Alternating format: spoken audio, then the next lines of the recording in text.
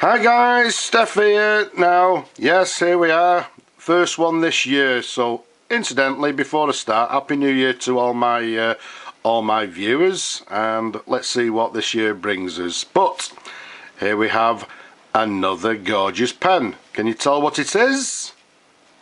No?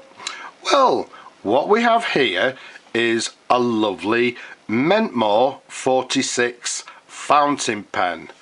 Now, I date this pen around about the 1950s, and at the time, as you'll see in a moment, it's got a rather unusual sort of feed or nib section, if you like, which we'll show in a moment. But first of all, as you can see, it comes in this sort of, well, it's a black barrel, and the cap on this particular one is a gold filled cap. Now, if you look at the bottom of the cap there, you can see it says gold filled, and you can see it's got these sorts of stripes running around the cap there, and I'll show you the clip there. You can see it's got this slight step on the clip there with the word Mentmore written on the clip, and to the very top there you've got this lovely gold filled stud, if you like, to the top of the cap.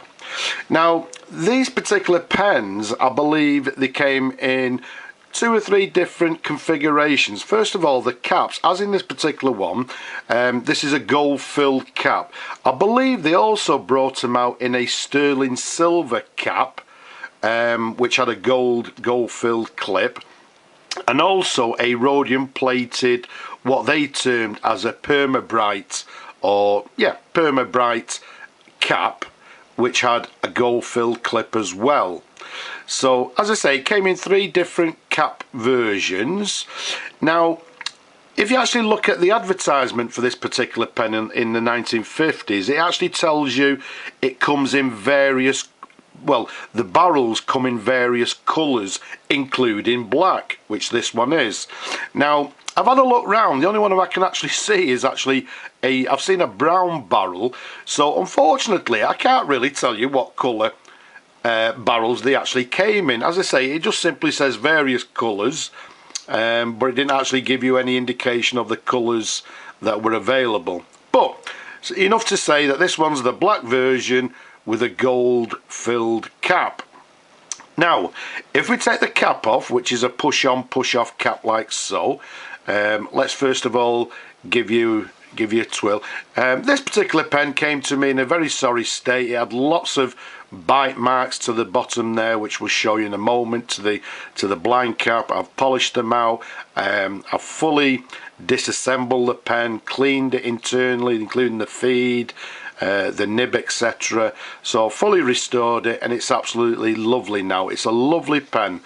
Now, the very unusual thing about this particular pen, if you look at the sort of the section to the top there, you can see it's got this very unusual section to the top there, which again, the advertisement in this particular pen in the period, they called it a shielded and dust protected section, whatever that meant. And the nib that you can actually see inside there is a 14 karat gold Mentmore nib. Now, if we turn it over, you can see the feed is actually inside the section there. And another thing that actually tells you on the advertisement on this particular pen of the period, it says it has a patented bridge feed, which gave it some sort of an ink control. Now, when I took the feed out, well, it looked like a normal sort of comb feed to me, but, well, if they say it's a patented bridge feed, then so be it. But as I can say, the main thing is this very unusual and a very unusual sort of section and feed and nib to the top of the pen there. Again, the pen, I believe, is around about 1950, so maybe what they were actually doing is competing against the likes of maybe the Parker 51 with its hooded nib, which you people, you know, who actually know the Parker will know about. But again, if we go a little bit below the section there, you can see it's got a very similar to the Parker 51. It's got this clutch ring to the bottom there, which enables the cap to sit nice and snugly on the pen itself. If we show you the imprint to the pen, if I can find it, there we go. It actually reads Mentmore 46. It's got a patented or a registered number underneath there, and as you can see underneath it says made in England. So the filling system on this particular one is done by a button filler. Now what I mean by that is if we simply unscrew this blind cap to the bottom there, and as you can see it's got this button filler feed to the bottom of the barrel there. As I say, I've put a new sack in it, I've put a new feed bar inside, so as we'll see in a moment it should all be in full working order.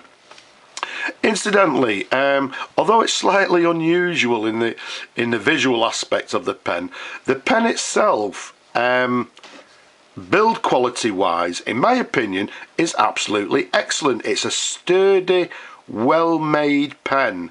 The cap, you know, some people may like it, some people may not. The section here, some people may like it, some people may not, but all in all it's a lovely, well built, quality made pen. Absolutely lovely. Now, how does it write, you people will ask? Well, let's bring on some ink, and we don't need to tell you, we've told you in lots of videos, we simply press this button to the top, which in turn presses into a bar there, which actually squeezes the sack inside. So let's pop the nib in the ink.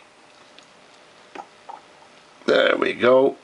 I don't know if you could hear that. We can hear lots of bubbling sound. Let's give it a wipe. Let's pop the ink to one side, pop the blind cap back on, and let's bring on some paper.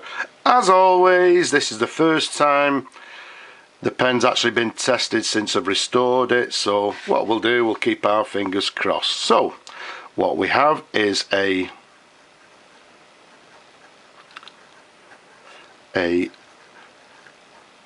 Mentmore, and as we said, this particular model is the number 46. We're dating it circa 1950s, and quite surprisingly it's writing with a fine line, but a lovely writer. As you can see, there's no sort of flexibility in the nib. It's quite a hard nib, I must admit, but all in all, a lovely writer. So there's a writing sample. As you can see, as I said, we're writing with a fine line. Lovely writer, I'm quite surprised. And as you can see, there's no flexibility in the nib. It's a fine line, but repeating myself, a lovely writer. So what we do, we simply push the cap back onto the pen like so, and there we have it. As I say, this is the Mentmore 46 from around about the 1950s. May have been sort of a competitor to say like the sort of the Parker 51s, but again, repeating myself, what a lovely quality made pen. Very nice. And another thing about it is the plate, whereas some of the manufacturers, the plate would wear very thin, and on this particular one, it's absolutely lovely. There's no sort of wear to the plate. Again, it feels very substantial, and it feels like a quality made fountain pen. So I hope you've enjoyed looking at the pen. As always, as much as I enjoy showing them to you, don't forget, leave a comment below, and the main thing, don't forget to subscribe. But for now, I'll just simply say bye bye now.